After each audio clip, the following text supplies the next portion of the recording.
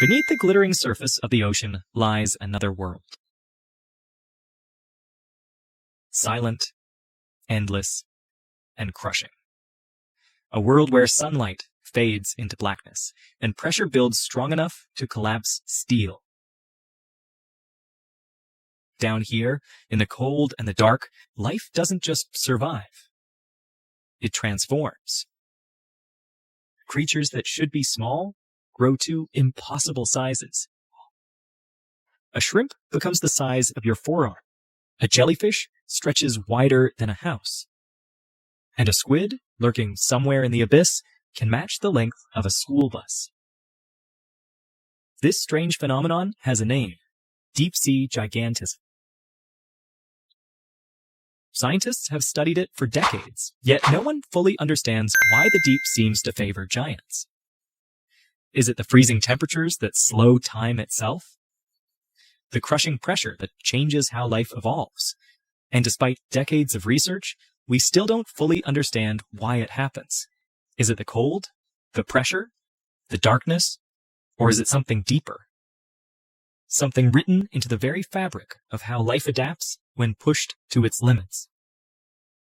Today, we're diving into one of the ocean's greatest mysteries, not just to meet these giants, but to understand what forces sculpted them into the titans of the abyss.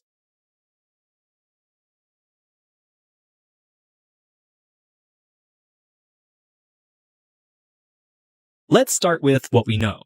Deep-sea gigantism isn't a myth or an exaggeration. It's a documented pattern observed across multiple species living below 1,000 meters. Take the giant isopod. If you've never heard of it, imagine a pillbug, the small creature that rolls into a ball when you touch it. Now imagine that same animal, but the size of a small puppy. That's Bathynomus giganteus, one of the largest crustaceans on Earth. It can grow up to 50 centimeters long and weigh over a kilogram. It scuttles across the abyssal plains, feeding on whatever scraps drift down from above, a scavenger built like armor. Then there's the Japanese spider crab, with legs that can span nearly 4 meters from claw to claw. It stalks the ocean floor off the coast of Japan, moving slowly, deliberately, like a mechanical giant from another age. Its body is small compared to its limbs, but its reach is unmatched among arthropods. In the open water, we find the colossal squid, a creature so elusive that we've only seen a handful of specimens. It's believed to be the largest invertebrate alive, with eyes the size of basketballs, the biggest eyes in the animal kingdom. Those eyes aren't just for show. In the pitch-black midnight zone, bigger eyes mean better vision, the difference between catching prey and starving. Amphipods, those tiny shrimp-like crustaceans you might find in a tidal pool, also undergo this transformation. In shallow waters, they're barely a centimeter long, but in the Mariana Trench, they grow to over 30 centimeters, nearly the length of a ruler. They swarm in packs, scavenging anything that falls to the trench floor. Even jellyfish follow this pattern. The big red jellyfish, or Tiburonia granrojo, drifts through the depths with a bell over a meter wide. It has no tentacles, only thick, fleshy arms that it uses to capture prey. It's a giant among jellies, slow and ghostly, a red balloon in the void. The deep staria jellyfish, a rare species found thousands of meters below the surface. It's known for its thin, translucent bell that moves in ghost-like ripples, and for lacking traditional tentacles.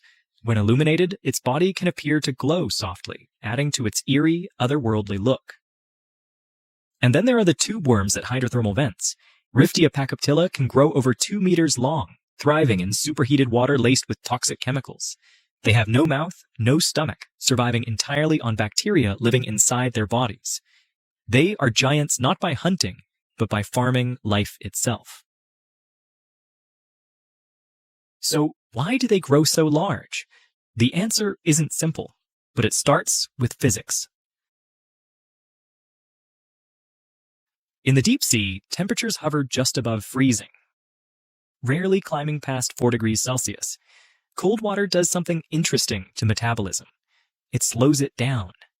Chemical reactions that power cells, that fuel movement and growth, all happen more slowly in the cold. For most animals, this would be a disadvantage. But in the deep, where food is scarce and energy must be conserved, a slower metabolism becomes an asset. When your body burns energy slowly, you can survive longer without food. You don't need to hunt as often. You can wait. And waiting in the abyss is survival. But there's another factor at play: oxygen. Cold water holds more dissolved oxygen than warm water. This is critical because larger bodies need more oxygen to function. In the warmth of tropical seas, growing too large becomes a liability. Your cells can't get enough oxygen fast enough. In the cold depths, oxygen is abundant, allowing tissues to support greater mass without suffocating. Then there's pressure. At 4 kilometers down, the ocean presses with a force of over 400 atmospheres. That's like having a dozen elephants standing on every square inch of your body. For us, it would be instant death. But for deep-sea creatures, pressure isn't an obstacle. It's just normal. Interestingly, pressure might actually favor larger body sizes. Smaller animals have a higher surface area to volume ratio, meaning pressure affects their cells more intensely per unit of mass.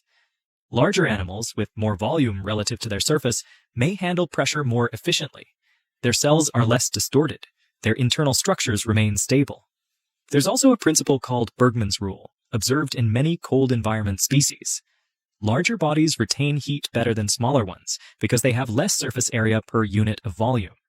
In a freezing abyss, even a slight metabolic advantage from size could mean the difference between survival and death.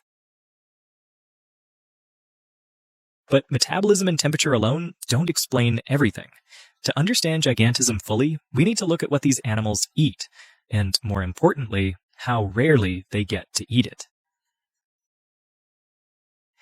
The deep sea is a desert, not of sand, but of nutrients. In the sunlit surface waters, photosynthesis drives life. Plankton blooms feed fish feed larger predators, and energy flows abundantly. But below 1,000 meters, photosynthesis stops. There are no plants, no constant supply of fresh energy. Instead, the deep relies on scraps. Marine snow. The slow drift of organic particles from above. Tiny fragments of plankton, fecal pellets, bits of dead tissue. It falls like a gentle blizzard, but by the time it reaches the abyss, most of it has already been consumed by creatures higher up.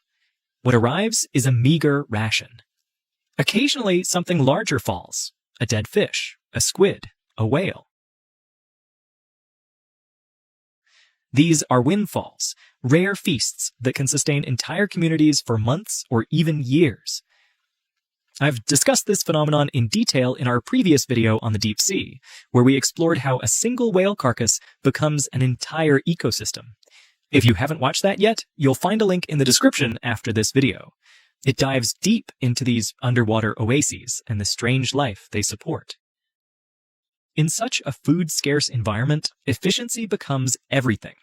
And one of the most efficient strategies is to grow slowly and live long. Larger animals have lower metabolic rates per unit of body mass. A giant isopod doesn't need to eat as frequently as a smaller crustacean would. It can go months, even over a year without food. Its size allows it to store energy in the form of fat and tissue, riding out the long periods between meals. This slow growth strategy also means these creatures take years, sometimes decades, to reach full size. The Greenland shark, which inhabits the deep, doesn't reach sexual maturity until it's over 150 years old. It may live for over 400 years, the longest-lived vertebrate known.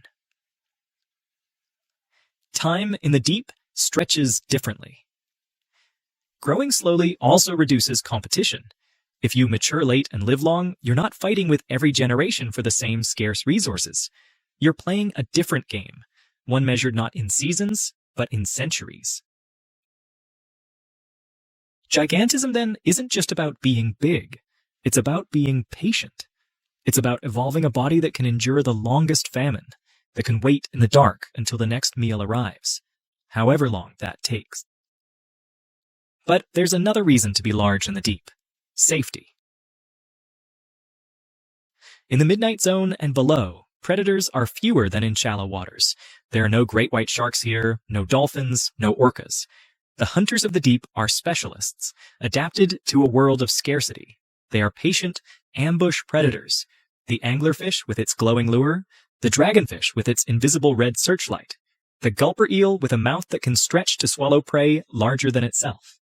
But even these predators have limits. A giant isopod, armored and the size of a football, is a difficult target.